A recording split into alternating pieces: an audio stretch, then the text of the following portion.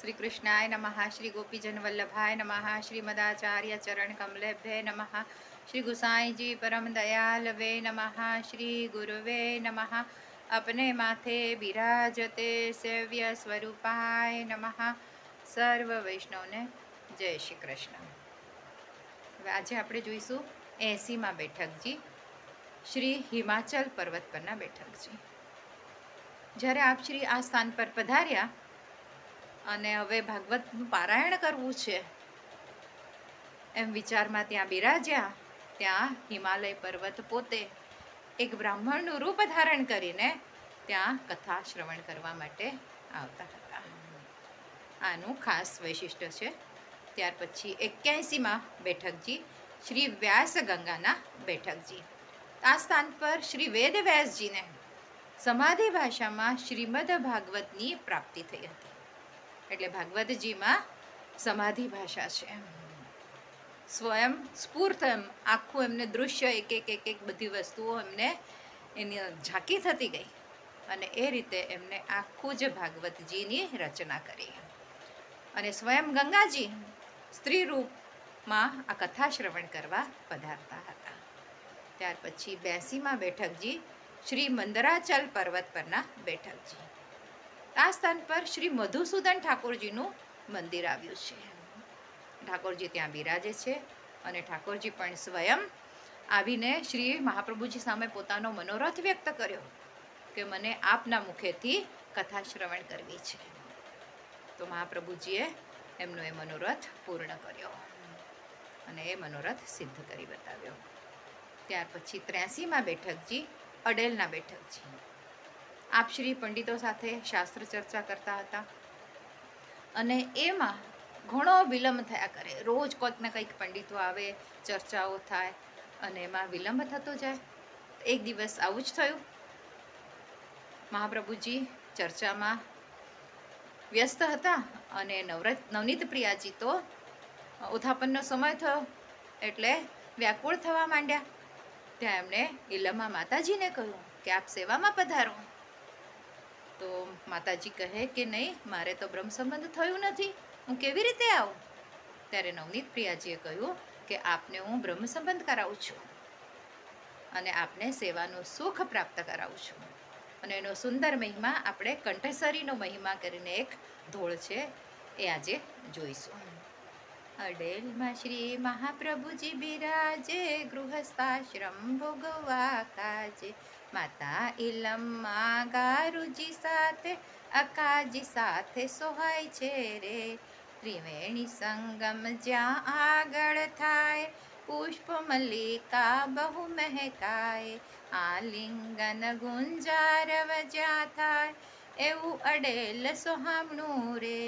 સુંદર પક્ષીઓના નાદ સંભળાય, રમણીય સ્થળ જોઈ સૌ હરખાય।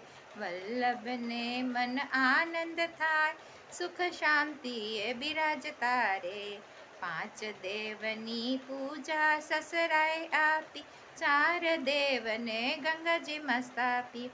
ગોકુળનાથજીને સાથે રાખી, નવનીત પ્રિયાજીને સાથે સેવતા રે। વડીલો પાસેથી મળ્યા મદન મોહનજી, ત્રણને સ્વરૂપો સેવે તન મન ધનથી।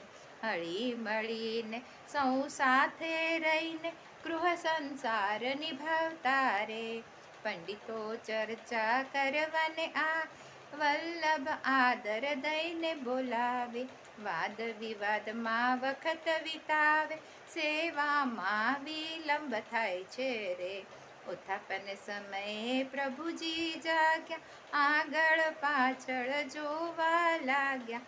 કોઈ નવ દીઠું પ્રભુજીને પાસે, તરસે આકુળ વ્યાકુળ થાય છે રે। ધીરે રહીને કહે નવનીત પ્રિયાજ, મારી પાસે આવો ઇલમા માજી। પ્યાસ લાગી મને પાણી પાવ, ઉત્થાપન ભોગ ધરાવજો રે। આનાકાની કરે ઇલમા ગાય, બ્રહ્મ સંબંધ નથી થયું અમારું। વલ્લભ જાણે તો ખીજે અમને, શી રીતે સેવામાં આવીએ રે। શુદ્ધ સ્નાન કરી અપરસમાં આવો, તુલસી ક્યારેથી તુલસી દલ લાવો. બ્રહ્મ સંબંધ કરાવું હું તમન, સેવાનું સુખ પામશો રે. આજ્ઞા સુણીને થયા રાજી રાજ, સ્નાન કરી આવ્યા ઇલમાં માજી. ગુરુ બન્યા શ્રી નવનીત પ્રિયાજી, બ્રહ્મ સંબંધ કરાવ્યું રે.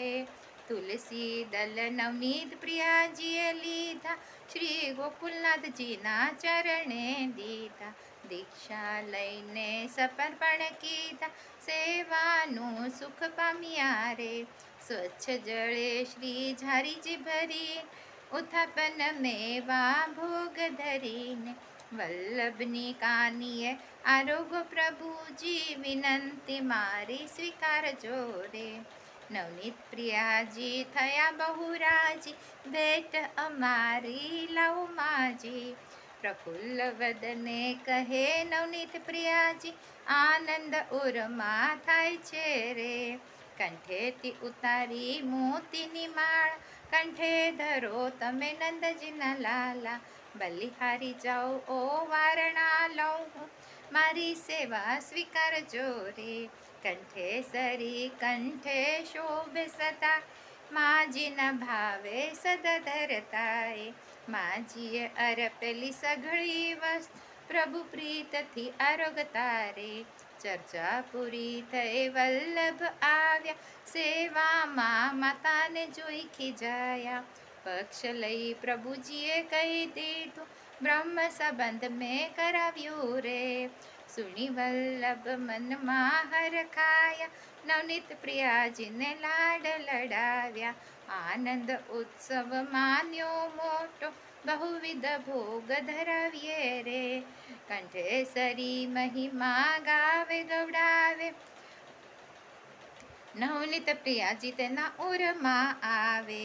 નટપુરવાસી પુરુષોત્તમે, ગાયો દાસને દર્શન આપજો રે. અડેલમાં શ્રી મહાપ્રભુજી બિરાજે, ગૃહસ્થાશ્રમ ભોગવવા કાજે.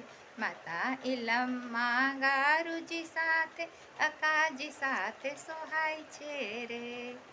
આવી રીતના ત્યારથી આપણે પ્રભુને જ્યારે પણ બધા શૃંગાર વડા કરીએ પોડાવતી વખતે, ત્યારે કંઠેસરી વડા નથી કરતા. પ્રભુ કંઠેસરી માજીના ભાવથી સદા પોતાના શ્રી અંગ પર પધરાવી રાખે છે. આવી રીતે માજીની આ ભેટ પ્રભુએ સ્વીકારી. અને ત્યાર પછી છેલ્લા 84માં બેઠકજી શ્રી ચરણાર્થના બેઠકજી.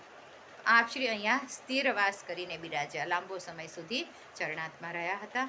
અને વિઠ્ઠલનાથજીનું પ્રાકટ્ય પણ આ સ્થાન પર થયું હતું. અને તે જ દિવસે એક બ્રાહ્મણ શ્રી વિઠ્ઠલનાથજીનું સ્વરૂપ લઈને ત્યાં પધરાવ્યો. અને મહાપ્રભુજી કહે કે આજે તો સ્વયં પ્રભુ અને સેવક બંને સ્વરૂપમાં મારા ઘરે આજે પધાર્યા છે.